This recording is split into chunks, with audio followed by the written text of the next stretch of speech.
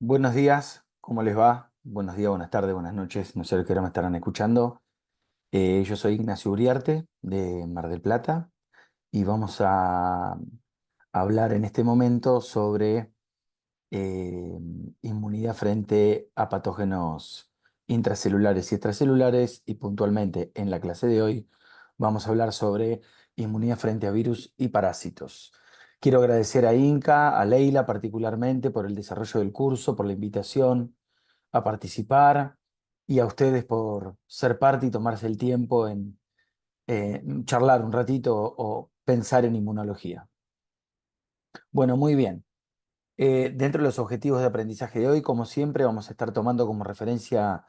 este excelente libro que es el Feinboim y Geffner, en sexta edición, en los capítulos 15 y 17, sobre mecanismos de respuesta a virus y a parásitos. Antes de empezar a hablar de respuesta inmune puntualmente, como vimos en la clase de bacterias y hongos, es fundamental encuadrar y conocer la organización y la estructura de los microorganismos. De acuerdo a las características de estos microorganismos, tenemos microorganismos acelulares, como los virus y los priones, con su posterior los virus, organización de acuerdo a su genoma, por ejemplo, y los celulares entre microorganismos procariontes y eucariontes, dentro de los que son de consideración biológica para nosotros las bacterias, como vimos anteriormente, los hongos dentro de los eucariontes y hoy vamos a hablar sobre protozoos y metazoos, que son en este caso los parásitos de interés médico. Respecto a los virus, entonces, y ya entrando en tema, tenemos virus que se pueden organizar de acuerdo a sus características genómicas en virus ADN o virus ARN, envueltos o desnudos, y dentro de los virus ARN, aquellos que tengan polaridad positiva, negativa o retrovirus. Estos diferentes tipos de virus van a ser patógenos infecciosos que, dependiendo de la vía de ingreso a nuestro organismo, pueden generar compromiso en diferentes órganos y de forma sistémica. Esta patogenicidad está dada por sus características estructurales, como podemos ver en este caso en retrovirus, ¿no? Donde podemos ver envoltura lipídica, características genómicas, ¿sí? Nucleocápside organizada en capsómeros y dentro de esa estructura viral, enzimas que requiere o proteínas que requiere el virus para su patogenia. Una vez que los virus entran en contacto con el hospedador, van a transitar un proceso de replicación viral. Este proceso de replicación viral tiene como objetivo generar nuevos viriones, que es la mínima partícula infectante de la consecuente replicación viral, que está organizada en diferentes pasos, como podemos ver en esta diapositiva. Estos mecanismos de multiplicación viral van a ser particulares para virus ADN, virus ARN o retrovirus. No son sentido de este curso en este momento, pero lo dejamos asentado. Y este mecanismo de multiplicación viral, de replicación viral, va a generar una interacción con el hospedador y esta interacción con el hospedador va a resultar de una o no adaptación. Esta adaptación al hospedador puede ser deficiente porque hay efecto citolítico y hay mucho daño generado a través de la infección viral. Puede generar una adaptación intermedia donde hay una estabilidad con el hospedador o muy eficiente que va consecutivamente a generar una infección persistente con integración al genoma, por ejemplo, en los casos de los virus, de los retrovirus, virus papiloma humano, algunos virus, herpes virus como el Epstein-Barr o el citomegalovirus. Por lo tanto,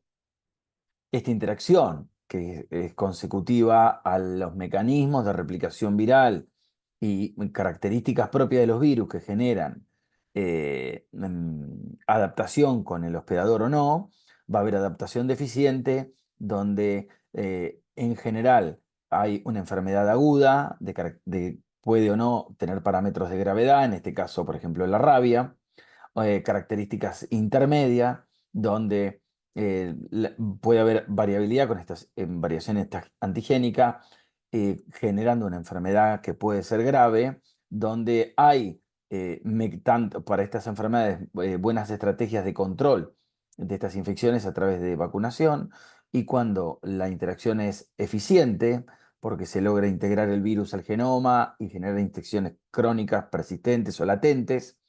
los mecanismos de control por medio de vacunación van a ser más escasos, más complejos. Por lo tanto, las infecciones virales pueden en el humano de forma clínica generar infecciones agudas, crónicas o latentes. ¿Y cómo hace el sistema inmune para luchar frente a estas características de infección viral? Bueno, nuestro sistema inmune va a tener un conjunto de herramientas que van a estar distribuidas en los epitelios y en las células del sistema inmune, que van a reconocer eh, en todos los pasos, o en los pasos fundamentales de replicación viral, entre la unión del virus a la célula y cuando se replica, con la función de alertar al sistema inmune y limitar esta infecciosidad. Como podemos ver, para diferentes tipos de virus hay diferentes estrategias de control y señalización respecto a la infección viral. Entonces, ¿cómo es reconocida la presencia de un virus? Los virus se reconocen fundamentalmente a través de la detección de sus ácidos nucleicos o de las características particulares de los virus, por ejemplo, de receptores específicos de su envoltura o de algunas proteínas que son parte de su nucleocápside. ¿Cómo los detectamos? A través, como vimos, estas estructuras terminan siendo patrones moleculares asociados a patógenos y por lo tanto son reconocidos por receptores de reconocimiento de patrones que en este caso son específicos para virus como los receptores de tipo TOL, el 3, el 7, el 8, el 9, la familia RIG o detección de licasas como RIG1 y MDA5 y sensores de genoma, en este caso para ADN o para ARN, que van a estar predominantemente ubicados dentro del citoplasma o formando parte de la membrana de las vesículas endocíticas. El reconocimiento temprano de las infecciones virales va a conducir a como mecanismo predominante de respuesta, la producción de interferones de tipo 1. Entonces, las características propias de los virus, como dijimos, de acuerdo a su estructura genómica, si son virus desnudos o virus envueltos, dependiendo de las características de su nucleocápside, van a utilizar diferentes vías de ingreso y para esas vías de ingreso, estos virus que presentan diferentes tipos de PAMs van a ser reconocidos por receptores de reconocimiento de patrón específicos que van a activar factores de transcripción, como podemos ver en la figura. Estos factores de transcripción en algunos casos pueden ser comunes para múltiples virus y en otros casos específicos para algunos virus que van a generar elementos de respuesta temprana, en este caso generalmente para infecciones virales, elementos de respuesta temprana interferón, que van a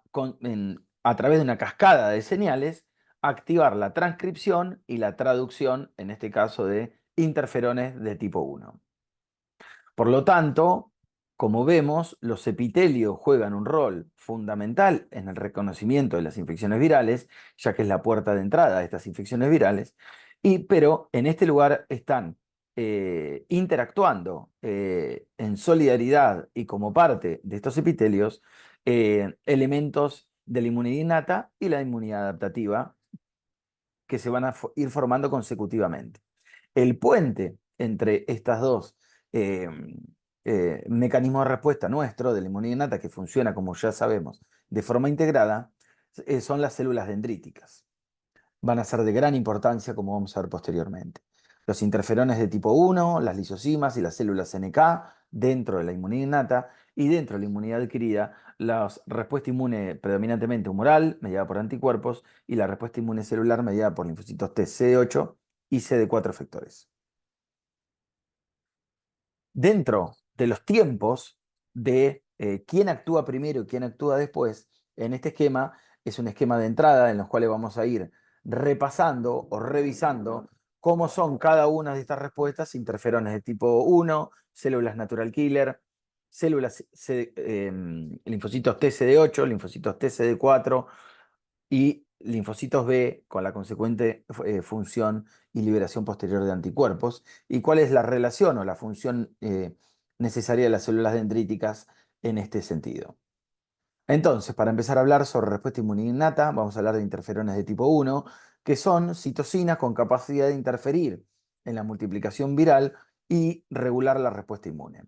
Las características generales son glucoproteínas inespecíficas de virus o antígenos, se secretan frente a su infección y podemos considerar tres tipos de interferones. Los de tipo 1, predominantemente utilizados para infecciones virales, interferón alfa, interferón beta, los de tipo 2, interferón gamma, que lo vimos frente a predominante acción frente a patógenos intracelulares, como vimos o vamos a ver en la clase de bacterias, o vimos en la clase de bacterias, y los de tipo 3. Los interferones de tipo 1 son una herramienta esencial para la inmunidad antiviral, ya que comprenden 12 subtipos de interferón alfa y algunos subtipos de interferón beta, epsilon, kappa o omega, casi todos relacionados con la inmunidad antiviral, y se han encontrado acciones predominantemente mediadas por interferones de tipo alfa y beta. Tal vez si buscan en algunos trabajos de COVID o de estimulación de la respuesta inmune frente a infecciones virales, vamos a ver que van a encontrar fármacos o tratamientos entre los cuales se aplica interferón alfa con el fin de potenciar la respuesta inmune frente a este tipo de virus. Los interferones de tipo 1 ejercen una poderosa acción antiviral, estimulando la transcripción de hasta 2000 genes, cuyos productos, estas son proteínas, median o son parte de la respuesta antiviral. Por lo tanto, las funciones relacionadas a interferones de tipo 1 ejercen sobre las células vecinas, las tornan refractarias a la infección viral, activan, llaman y activan, predisponen a las células natural killer, asesinas naturales, a ejercer su función, aumenta la expresión de moléculas de clase 1 para activar consecutivamente linfocitos TCD8 y aumentar la presentación antigénica a través de las moléculas de clase 1 y favorecen el desarrollo de la memoria del linfocito T, tanto CD4 como CD8. Entonces, en modo de resumen, tenemos interferones de tipo 1, interferones de tipo 2, alfa, beta y gamma. La principal origen son las células dendríticas inmaduras y los fibroblastos para interferones alfa y beta, respectivamente, con una función predominantemente antiviral. Y los de tipo 2, como vamos a ver o vimos ya en la clase de inmunidad frente a bacterias y hongos o patógenos intracelulares, fundamentalmente es liberada por linfocitos T H1 y tiene una acción de activación inmunitaria predominantemente mediada a través de interferón gamma frente a macrófagos. La respuesta, que las células que producen interferones de tipo 1, tenemos que hablar de células dendríticas. Como vimos, las células dendríticas son un puente entre la actividad, entre la inmunidad innata y la inmunidad adaptativa. Y dentro de las células dendríticas hay dos tipos, células dendríticas linfoides y células dendríticas plasmocitoides. eh, Perdón, mieloides y plasmocitoides. En este caso, las células dendríticas plasmocitoides son las que predominantemente secretan interferones de tipo 1 frente al estímulo de infección viral. También hay otras fuentes de secreción de interferones de tipo 1, como son las células parenquimatosas, el erosepitelio, los endotelios, el fibroblasto, ¿sí? Que son las que reciben o las que se infectan inicialmente por el virus y pueden secretar constitutivamente interferón de tipo 1 como aviso o respuesta a la infección viral. Estas células dendríticas plasmocitoides son relevantes en las etapas tempranas de infección, expresan predominantemente receptores de tipo TOL 7 y 9, a través de los cuales reconocen infecciones intracitoplasmáticas de ADN o ARN, con una extraordinaria capacidad para producir interferón de tipo 1, y su localización es predominantemente sangre periférica y órganos linfáticos secundarios. Y se pueden encontrar como respuesta a procesos infecciosos y se reclutan al tejido infectado. La respuesta inmune antiviral mediada por respuesta inmune innata, y si la imaginamos ante la inicial infección de ese tejido, ¿no? Como dijimos, epitelio o células endoteliales, va a generar, tanto por las células parenquimatosas como las células plasmocitoides, la temprana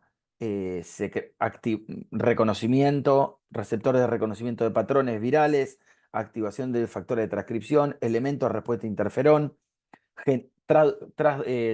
transcripción y traducción. En este caso se activan genes y se secretan como mecanismo final interferones de tipo 1 que inducen la expresión de genes en un estado viral en las células vecinas, activan células y reclutan células natural killer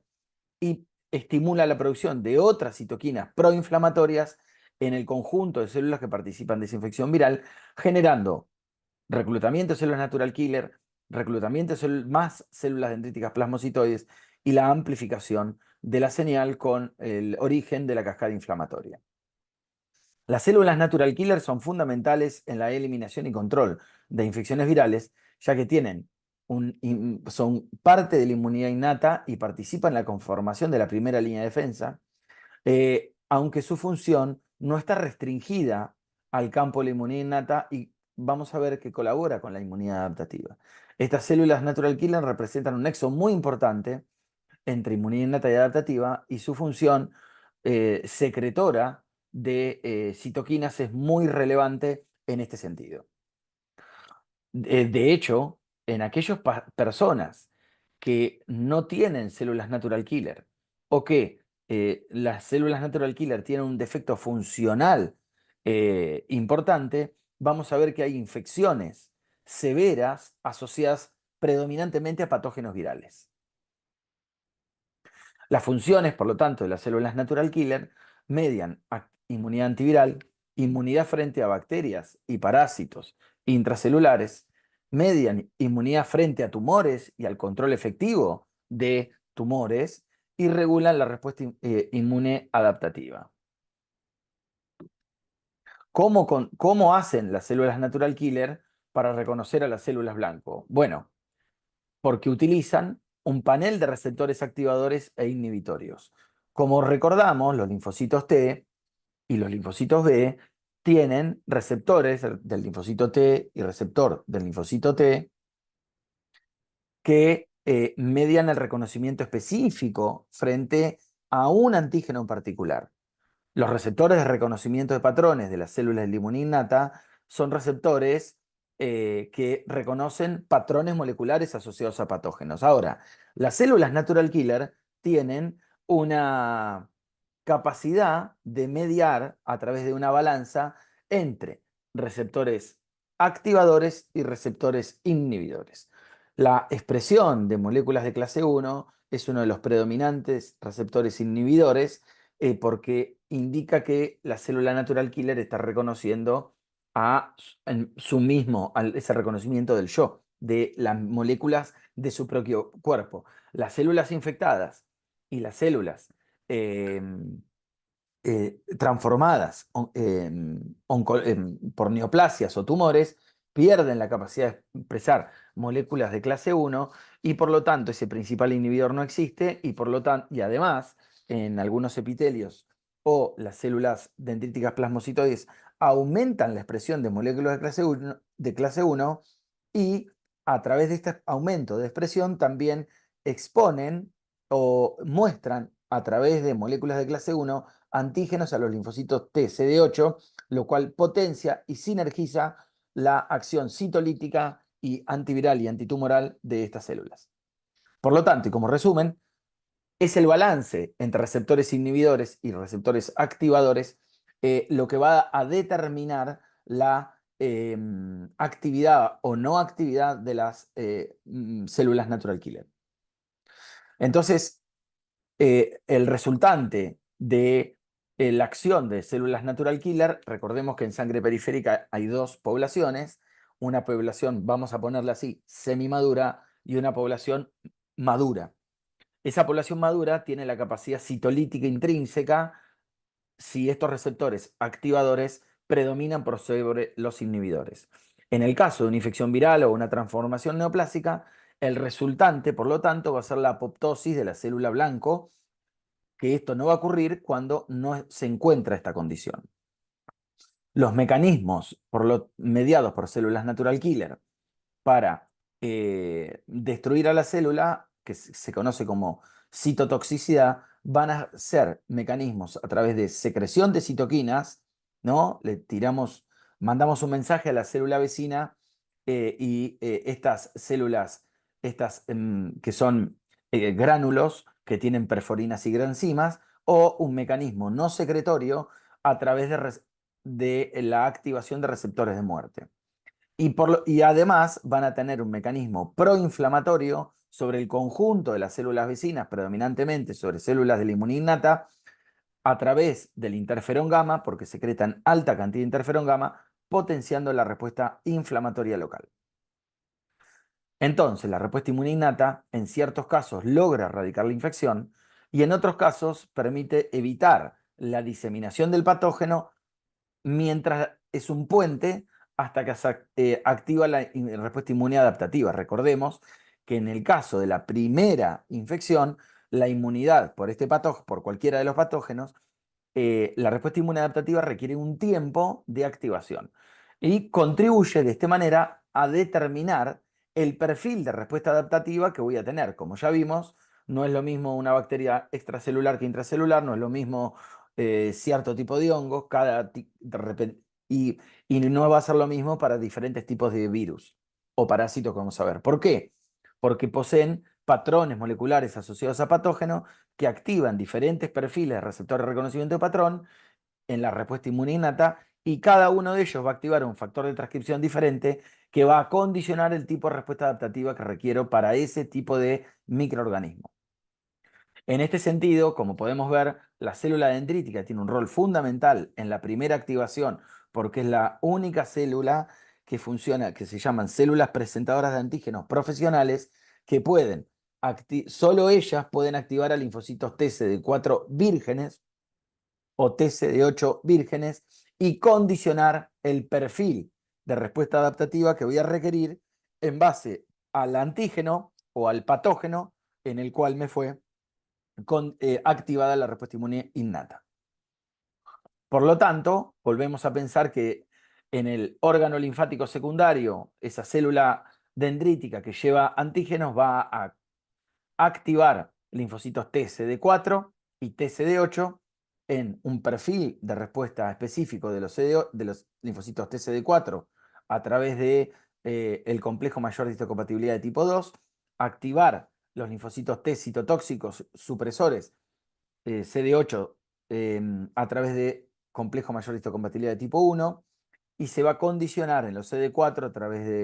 del MHC de clase 2 el perfil que requiero para eliminar el tipo de patógeno que me ha sido condicionado. Por lo tanto, también en ese lugar se van a activar los linfocitos B, pero no de esta forma, sino a través de antígenos, el antígeno nativo, sin procesar, que va a coincidir en ese espacio con la célula dendrítica y en la zona paracortical del órgano linfático secundario y generan la amplificación del linfocito B en plasmocito, plasmoblasto y productor va a generar después el cambio de isotipo que va a generar la secreción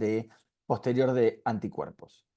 En este sentido, y como representación, podemos ver lo que estamos hablando, sobre todo para linfocitos TCD4 en la imagen de arriba y linfocitos TC8 en la imagen de abajo, a través de la expresión de MHC de clase 1 y clase 2. Recordemos que la célula dendrítica es profesional también porque el mismo antígeno lo puede presentar por las dos vías. Es fundamental en la coordinación y en la gestión de la respuesta inmune adaptativa. De esta manera vemos que la célula dendrítica puede presentar de forma cruzada a los linfocitos TCD4 y TCD8 vírgenes el mismo antígeno. Pero, a diferencia de los T vírgenes, la activación de los linfocitos T efectores, o sea, una vez que se han diferenciado los linfocitos TCD4 y TCD8 en TH1, TH2, TH17 o CD8 supresores, en este caso, ya no va a requerir la participación de las moléculas coestimuladoras ni de las células dendríticas como células presentadoras de antígeno. Esto ahorra mucho el camino, ya que en la segunda exposición al virus, la reexposición del mismo patógeno, cualquier célula presentadora de antígenos puede colaborar en la activación de estos linfocitos T efectores, y esta acción es mucho más rápida y de mayor magnitud. Ahora, los linfocitos B, que también están participando en solidaridad en el mismo órgano linfático, imaginemos que son linfocitos B vírgenes, en este caso van a ser linfocitos B2 en los órganos linfáticos secundarios, van a condicionar posteriormente a la activación de estos linfocitos B una respuesta inmune humoral mediada por anticuerpos, que son las inmunoglobulinas. Recordemos que hay 4 tipos de inmunoglobulinas significativas, que las características de estas inmunoglobulinas van a cambiar dependiendo del contexto de activación de los linfocitos B y del tipo de linfocito B que estoy activando, y el antígeno que es presentado, o en realidad el antígeno nativo mediado por en este caso los virus libres, van a bloquear la absorción de virus, van a estimular la fagocitosis, van a activar el complemento, van a activar la aglutinación viral y van a generar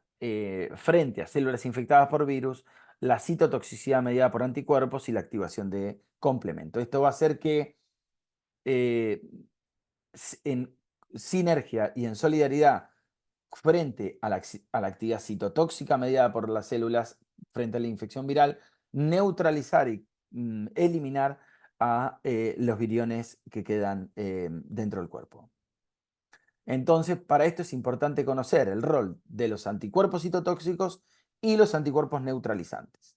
Los anticuerpos tienen un rol fundamental, pero como vimos, es tardío respecto a la cinética de infección del virus, como podemos ver en la foto inferior, en el recuadro inferior, donde en el tiempo de respuesta inicial, en horas, días, aparecen los interferones de tipo 1, posteriormente las células natural killer, posteriormente las células T citotóxicas, y a la semana ya empiezan a aparecer anticuerpos específicos frente a este virus, frente a la infección viral. Estos anticuerpos juegan un papel crítico en la respuesta inmune antiviral que se desarrolla en el curso de la infección, y como también sabemos,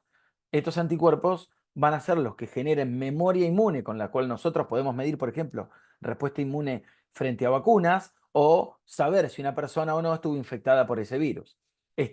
¿Por qué? Porque cumplen funciones frente al virus libre y frente a las células infectadas por el virus,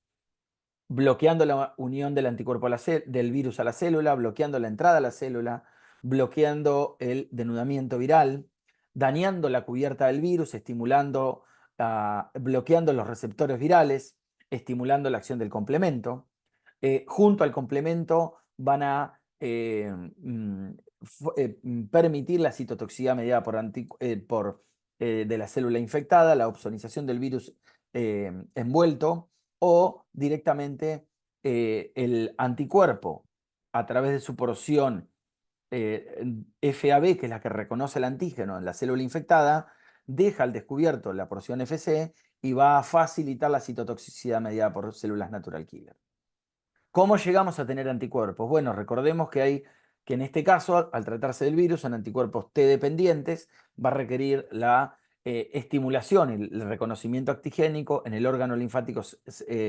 secundario, va a requerir la acción de linfocitos TH foliculares cooperadores, que van a activar linfocitos B, que van a generar una expansión clonal, se van a diferenciar en células efectoras, células de memoria, ¿sí? Y a través de un proceso que se llama recombinación somática y cambio de isotipo, van a terminar generando una maduración de la afinidad, el cambio de IgM por IgG, cambio de isotipo, y la secreción de anticuerpos específicos con mejor afinidad que la original frente a este tipo de los virus que generaron. Esto ocurre en una secuencia controlada, la cual nosotros podemos estudiar en el laboratorio, y requiere indubitablemente la participación de linfocitos T cooperadores. Entonces, en tiempos, ¿sí? Dentro de lo que podemos tener, como ya vimos, para linfocitos T en la primera exposición o linfocitos B en primera y segunda exposición,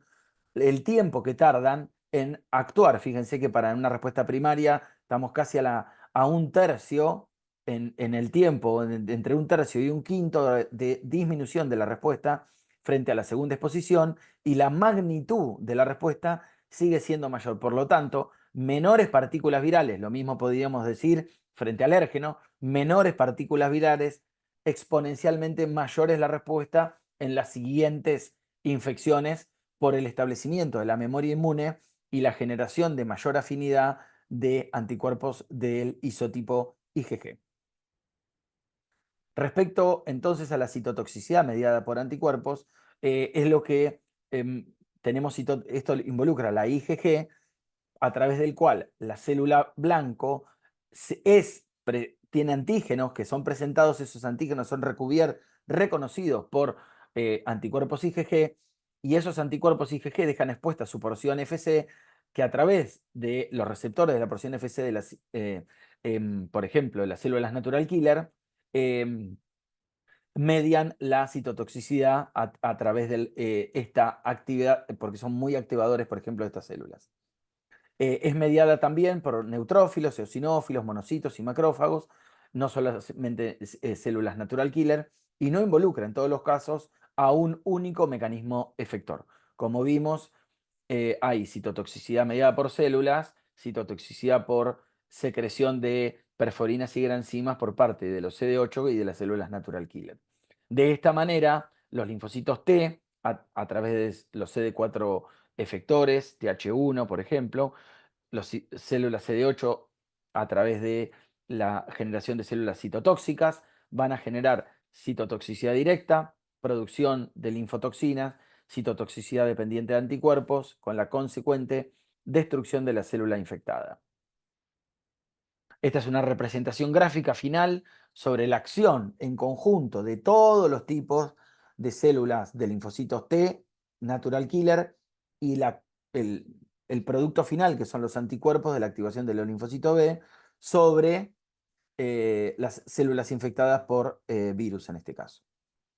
En los tiempos de cinética de acción, para hacer un resumen final frente a infecciones virales, tenemos, por lo tanto, la producción temprana de interferones de tipo 1, ¿sí? Y de interleuquina 12 por parte de las células dendríticas plasmocitoides predominantemente, y los epitelios, endotelios, fibroblastos, la consecutiva activación de células natural killer, el aumento de células natural killer de trabajo que van a disminuir inicialmente la carga viral, y posteriormente la acción de la activación de linfocitos TCD4, TCD8, linfocitos B, producción de anticuerpos que van a ser anticuerpos IgM inicialmente, IgG posteriormente por el cambio de isotipo, ¿sí? Y las citocinas fundamentales que van a ser requeridas tanto para activar células natural killer, para activar TCD4 y TCD8, como en este caso van a ser interferones de tipo alfa, interferones de tipo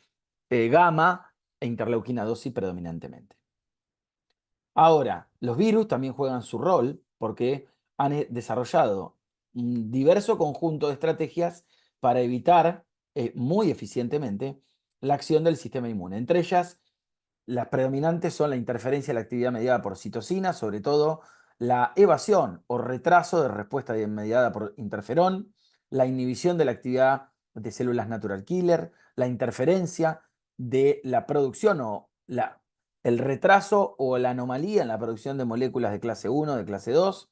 la modulación de los mecanismos de apoptosis, en algunos casos inmortalizando células o ubicándose, como en el caso del Epstein-Barr, dentro de los linfocitos B, la expresión restringida de genes virales y expresión o replicación en sitios inmunológicamente privilegiados, como por ejemplo herpes simplex virus, que establece la infección de las de las neuronas sensitivas, y de ese caso evade por la localización la respuesta inmune en ese lugar. Como sabemos, entonces, como si el interferón es fundamental para activar o el inicio de la respuesta mediada por antiviral, los mecanismos que alteran o que inhiben la producción de factores de transcripción, como vemos aquí en diferentes lugares, la activación de la respuesta temprana, de la respuesta tardía, o la anomalía ya transcripcional o la interferencia transcripcional por adenovirus, por ejemplo, son todos mecanismos que retrasan las respuestas de interferón o las disminuyen, y este retraso o disminución favorece a la infectosidad viral y a la expansión de la infección viral. Esto fue muy marcado y conocido, por ejemplo, en COVID, en los pacientes que peor les iba, tenían un retraso significativo en la respuesta mediada por interferón. En el caso de los herpes virus, sobre todo Epstein-Barr, hay una alteración de la vía de procesamiento y presentación endógena, con una alteración consecutiva también de los mecanismos asociados a la apoptosis celular, como podemos ver en los linfocitos B. En el caso del virus influenza, paradigmático, ¿por qué nos vacunamos todos los años? Porque producen cambios, ¿sí?, en el perfil antigénico que tienen sobre su envoltura. Entonces a esto se lo conoce como deriva antigénica o drift antigénico, que es un proceso gradual por el cual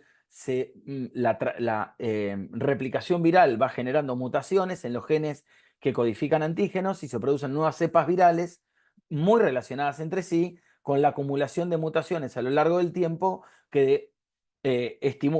potencian la infección viral y requieren de nosotros el desarrollo de nuevos,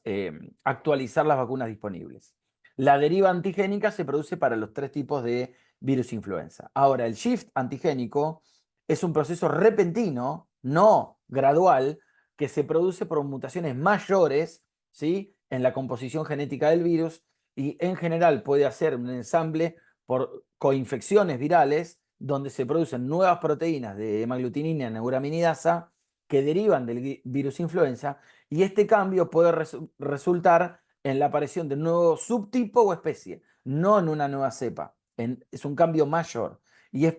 predominante patognomónico del influenza de tipo A. Bueno, acá como corte, recordándoles que Mar del Plata es una hermosa ciudad, los invito a venir. Estas fotos son de un chico que se llama Juan Chugalde, que es un fenómeno. Bueno, lo pueden buscar en redes. Y vamos a pasar a hablar sobre inmunidad mediada antiparasitaria. La inmunidad antiparasitaria debemos tener en cuenta que los parásitos son un problema médico de gran magnitud, ya que tienen distribución universal y en algunas situaciones puntuales son de un problema médico de gran significancia.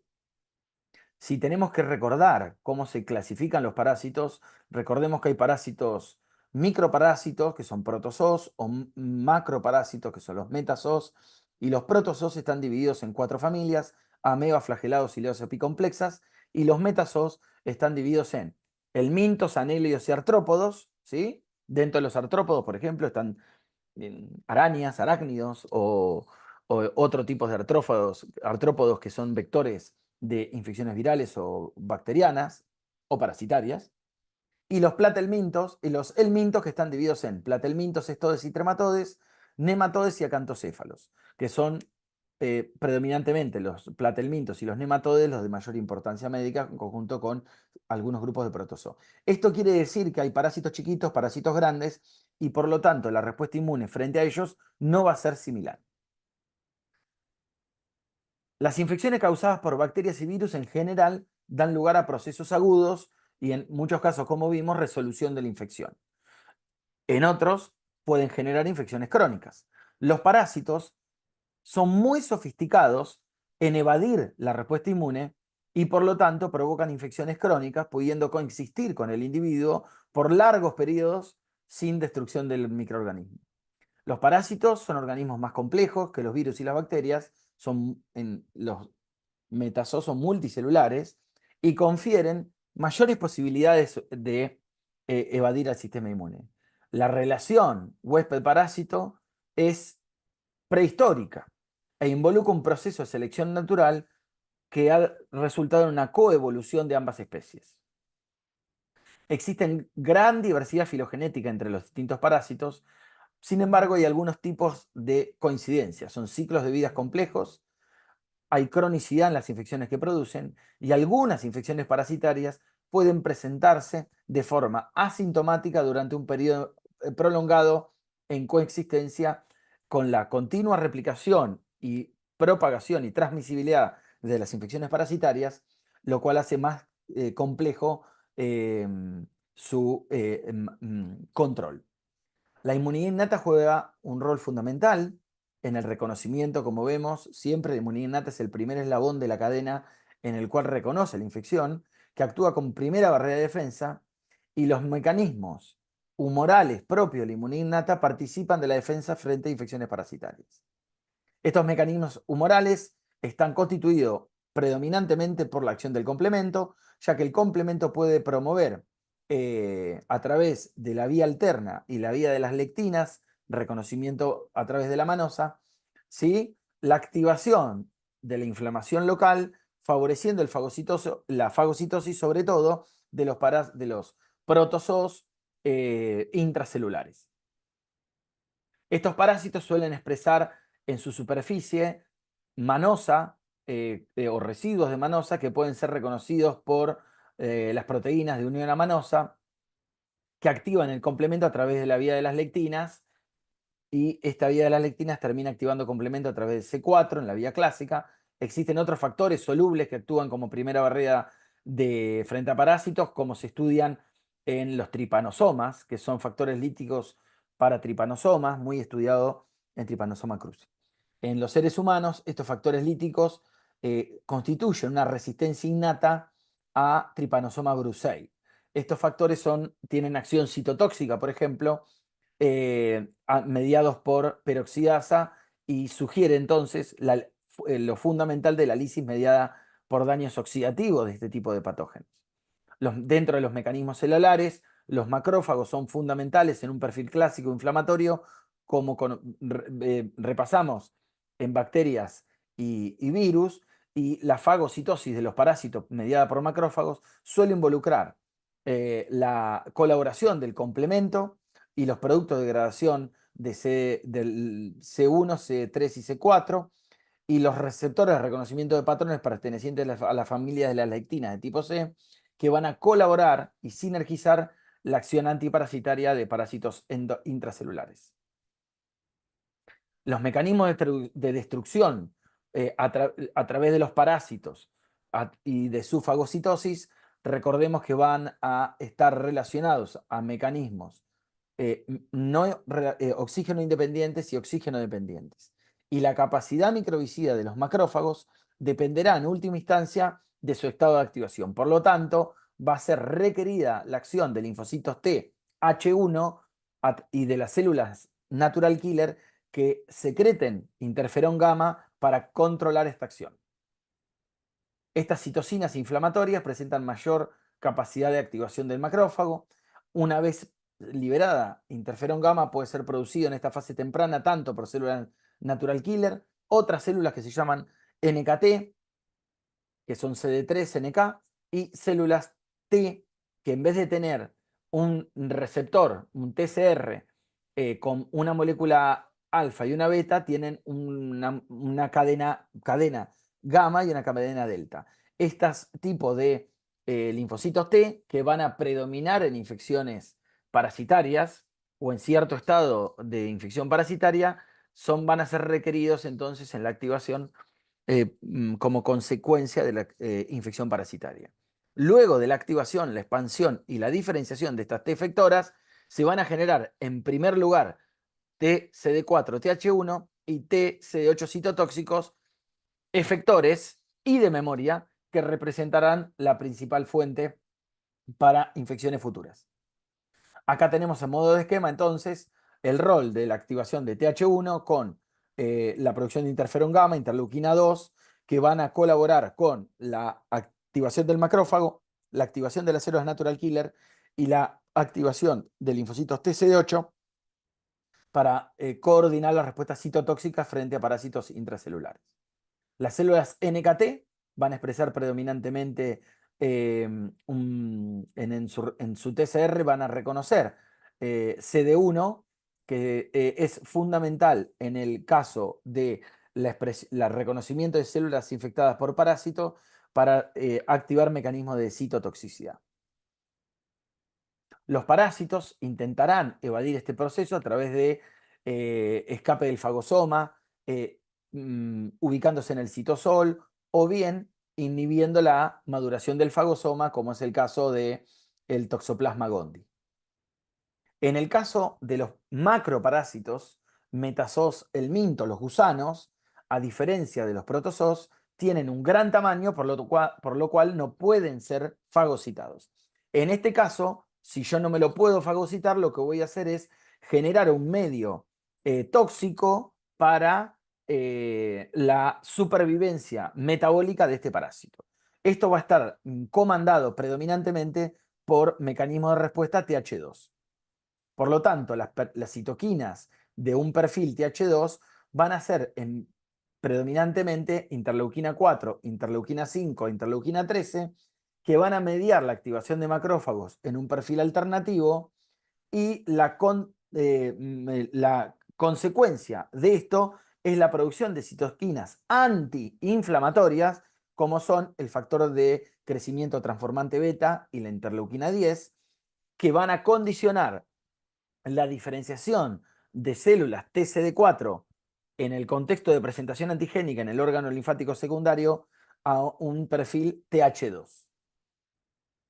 Estas citocinas controlarán el desarrollo de respuestas antiinflamatorias que pueden comprometer la salud del hospedador, y en infecciones mediadas por el minto, por ejemplo, Schistosoma manzoni, va a intentar imponer un freno al desarrollo de una respuesta inflamatoria mediada por TH1, que de no ser controlada, esta respuesta inflamatoria conducirá a una reacción granulomatosa exacerbada con daño hepático y muerte, como está descrito. En infecciones por gusanos helmintos suelen asociarse a una marcada eosinofilia. Esta eosinofilia está mediada por interleuquina 5, que es secretada por las células TH2, que conduce a una expansión y a la activación de a la liberación de eosinófilos en sangre periférica. Estos eosinófilos que también van a estar invadiendo tejidos y tratando de controlar la infección parasitaria. Y los eosinófilos presentan una notable capacidad citotóxica en la que confluyen mecanismos mediados por enzimas y oxígeno dependientes y oxígeno independientes, y además ayudan en el mecanismo de citotoxicidad celular dependiente de anticuerpos. En este caso, a diferencia de las células natural killer o de los macrófagos, mediada por entrecruzamiento de molécula de anticuerpos IgE. Entonces va a haber un rol central de células natural killer NKT y linfocitos T para parásitos intracelulares, como vimos a través de la liberación de citoquinas proinflamatorias. Las células NK, NKT y T gamma delta van a participar en la lisis de parásitos intracelulares a través de la citotoxicidad y de la liberación de citoquinas proinflamatorias, y su acción va a estar dada a través de la liberación de perforinas y granzimas por mecanismos secretorios, y activación de receptores de muerte por mecanismos no secretorios. Por lo tanto, estas células infectadas, si van a ser reconocidas por células natural killer, NKT o T gamma delta, se va a potenciar la acción citotóxica frente a estas células. Los linfocitos T y los parásitos, como vimos, presentan dos tipos de células, los NKT y los T gamma delta, que participan en las fases tempranas de los procesos infecciosos, ya que estos linfocitos suelen encontrarse participando de la mucosa del tubo digestivo, por ejemplo, de la mucosa respiratoria, y tienen características distintivas frente a sus hermanos, los T alfa beta, que tienen un T con cadenas alfa beta, ya que tienen un repertorio más limitado y su número lo vemos incrementado en sangre periférica en ciertas infecciones parasitarias, por ejemplo, Toxoplasma o Plasmodium, ¿sí? En el caso de las células NKT, son fundamentales para infecciones, por ejemplo, por leishmania o entamoeba histolítica, que son todos protozoos donde requieren una alta generación de citoquinas proinflamatorias, como es el caso de interferón gamma. La inmunidad adaptativa frente a parásitos va a ser predominante para parásitos extracelulares y va a estar mediada por linfocitos TH2. Estos TH2, como vimos, van a mediar el cambio de isotipo a IgE, la eosinofilia y el aumento de la actividad y liberación de mastocitos mediado por interleuquina 5. Por lo tanto, la consecutiva acción de los diferentes perfiles de citoquinas va a condicionar la generación de un grupo restringido de células que para parásitos intracelulares vamos a requerir células TCD8, TH1, ¿sí? Para parásitos extracelulares TH2, ¿sí? Esta coordinación de la respuesta inmune frente a parásitos va a estar comandada por el tipo de parásito que, como vimos, tienen residuos de manosa que pueden ser reconocidos por el complemento o por la vía de las receptores de reconocimiento de patrones que reconocen lectina o manosa en su superficie, estimulando la fagocitosis. Y para parásitos extracelulares,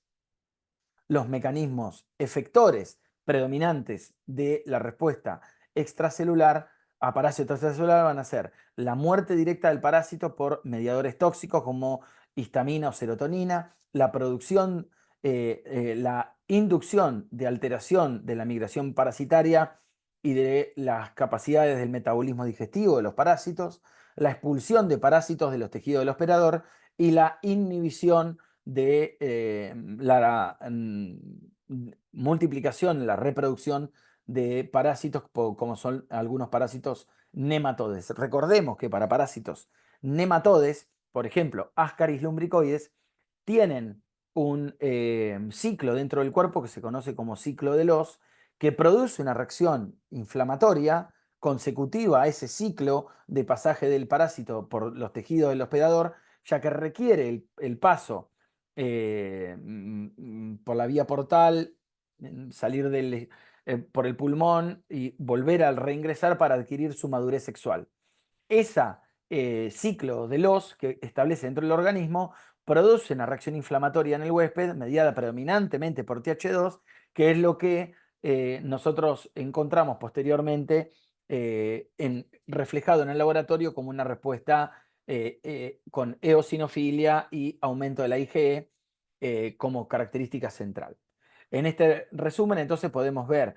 cómo se coordina una respuesta TH2 a diferencia de una TH1 que requiere predominantemente interferón gamma, y los diferentes, a la izquierda, los diferentes tipos de TCD4 efectores requeridos para, en este caso, la diferenciación tanto de TH1 o de TH2 frente a parásitos intracelulares u extracelulares. Los mecanismos efectores mediados por TH2 que limitan infecciones del mintos intestinales van a estar mediados por interleuquina 4 y interleuquina 13, que van a promover la expulsión mediante efectos sobre células no linfoides, como estimular la musculatura intestinal, van a inducir una hiperplasia de células e incremento de moco, cambios de la permeabilidad de los capilares y la absorción de la secreción. Las TH2 van a generar este conjunto de citoquinas que van a tener efectos sobre diferentes grupos celulares, promoviendo el switch de inmunoglobulinas a IgE en los linfocitos B, estimulando la liberación de eosinófilos, la activación y la liberación de mastocitos, la estimulación de la producción de moco y la hiperreactividad bronquial con remodelamiento de la vía aérea en el caso de las parasitosis de acción respiratoria. Los eosinófilos pueden mediar inmunidad protectora frente a estadios larvales y la activación de los mastocitos es fundamental en el papel de resistencia frente a infecciones primarias. Estos van a generar en conjunto una respuesta inflamatoria no específica mediada por proteínas, enzimas, como proteasas y leucotrienos, que van a generar un ambiente tóxico para la supervivencia de estos parásitos. Este ambiente hostil, favorecido en el tiempo, también va a ser hostil para el hospedador con consecuente remodelación de esos tejidos. Los anticuerpos y la inmunoglobulina E es fundamental para la acción de los eosinófilos y los mastocitos, ya que puede inducir la citotoxicidad celular mediada por eosinófilos, la activación de los mastocitos y la consecuente liberación de eh, mm, eh, histamina y serotonina. La degranulación del mastocito para ello requiere del entrecruzamiento de dos moléculas de IgE en los receptores de los mastocitos para que estos anticuerpos puedan activar su degranulación. Los parásitos han encontrado diferentes estrategias para evadir la respuesta inmune, ya que van a impedir el reconocimiento específico mediado por el receptor T, evadir o suprimir las respuestas inmunitarias innatas articuladas con el huésped. Las estrategias parasitarias, como vemos, tienen diferentes estadios. Esos diferentes estadios de maduración van a hacer que la complejidad antigénica sea un problema para el huésped en reconocer todos los estadios del parásito dentro del huésped, más aún en el caso de algunos parásitos protozoo que tienen localización predominante intracelular. En otros casos hay complejidad fisiológica, ya que pueden producir productos de proteínas o aminoácidos que complejizan el reconocimiento antigénico, tienen complejidad estructural en los macroparásitos. Muchos parásitos son menos susceptibles a la respuesta inmune que las bacterias, por ejemplo. Esta complejidad estructural va a hacer que la fagocitosis y la destrucción sean menos eficientes y que las respuestas inmunes mediadas por células anticuerpos tengan mayor dificultad. La complejidad biológica, diferentes tipos de o estadios evolutivos del parásito dentro del cuerpo y los ciclos que atraviesan, por ejemplo, los parásitos como el Plasmodium en diferentes órganos, va a ser un impedimento para la eficaz eliminación de estos microorganismos. En algunos casos, la localización, por ejemplo, dentro del tubo digestivo, va a ser que en algunas las respuestas mediadas por células sean más complejas y menos eficaces. La capacidad de motilidad para muchos parásitos protozoo o la hipobiosis, el estado de latencia que tiene el parásito dentro del cuerpo, van a hacer que esta complejidad estructural que tienen los parásitos dentro de nuestro organismo sean realmente sofisticadas en evadir la respuesta inmune del huésped. Estos mecanismos se le suman al mimetismo molecular que puede modular la respuesta del sistema inmune, la secreción de proteínas inmunomoduladoras y algunos de ellos se pueden recubrir, ¿no? Se pueden vestir de moléculas o estructuras propias de nuestro cuerpo para evitar ser reconocidos eficientemente por el sistema inmune porque se visten, se camuflan, ¿sí?, con estructuras propias del huésped. La alteración de una presentación antigénica eficiente también va a involucrar alteraciones en el procesamiento antigénico del linfocito B a través de ciertas proteínas inhibidoras. También se pueden alterar a través de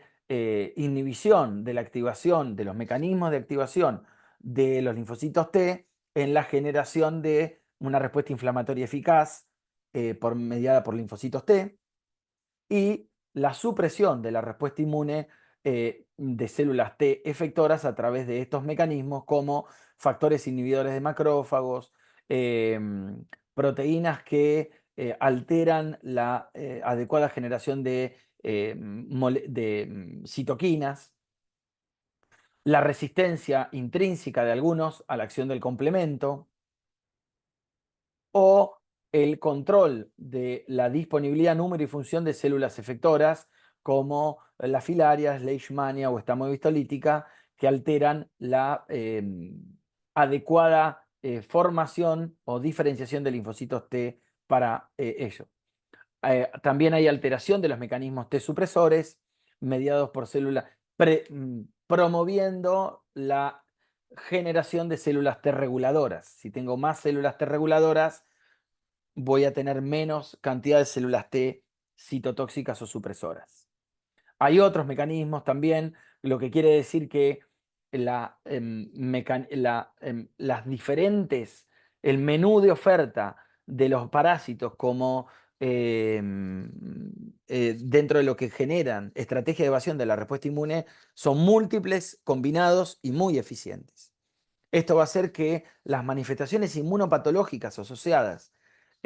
originan una respuesta inmune inapropiada, excesiva o no controlada, y varias de estas moléculas, sobre todo para parásitos